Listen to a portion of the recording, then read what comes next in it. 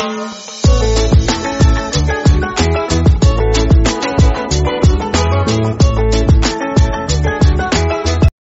The lord.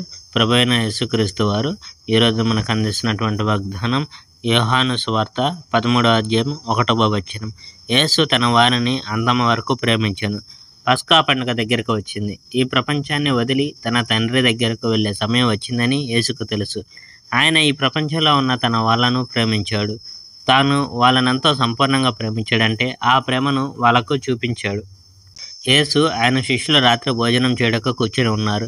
సైతాను అప్పటికే సీమోను కుమారుడైన యూదా ఇస్కరియోతులో ప్రవేశించి యేసుకు ద్రోహం చేయమని ప్రేరేపించాడు. తండ్రి తనకు సంపూర్ణమైన అధికారం ఇచ్చినట్టు యేసుకు తెలుసు.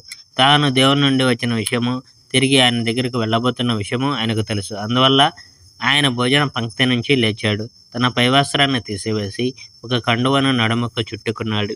ఆ తరువాత ఒక వెడల్పైన పళ్ళెంలో నీళ్లు పోసి తన శిష్యుల పాదాలు కడగడం మొదలుపెట్టాడు.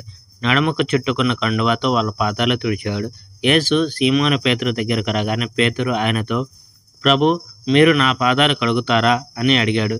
యేసు, నేను చేస్తున్నది నీకు ఇప్పుడు అర్థం కాదు, తదుపరి అర్థమవుతుంది అని సమాధానం చెప్పాడు.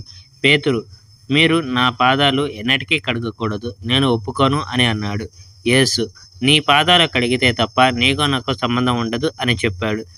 సీమోను పేతురు, ప్రభు, అలాగైతే నా పాదాలే కాదు, నా చేతుల్ని, నా తలను కూడా కడగండి అని అన్నాడు. యేసు సమాధానం చెప్తూ, స్నానం చేసిన వాని శరీరం అంతా శుభ్రంగా ఉంటుంది కనుక అతడి పాదాలు మాత్రమే కడుక్కుంటే చాలు, ఒకడు తప్ప మీరందరూ పవిత్రులై ఉన్నారు అని అన్నాడు. తనకు ద్రోహం చేయనున్న వాడెవడో యేసుకు తెలుసు కనుకనే ఒక్కడు తప్ప అందరూ పవిత్రంగా ఉన్నారని ఆయన అన్నాడు.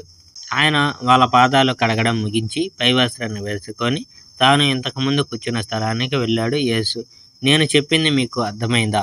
మీరు నన్ను బోధకుడా అని, ప్రభు అని పిలుస్తారు. నేను బోధకుడను కనుక మీరు నన్ను ఆ విధంగా పిలవడం సమంజసమే. మీ బోధకుడును ప్రభువును ఆయన నేను మీ పాదాలు కడిగాను కనుక మీరు కూడా ఒకరి పాదాలు ఒకరు కడగాలి.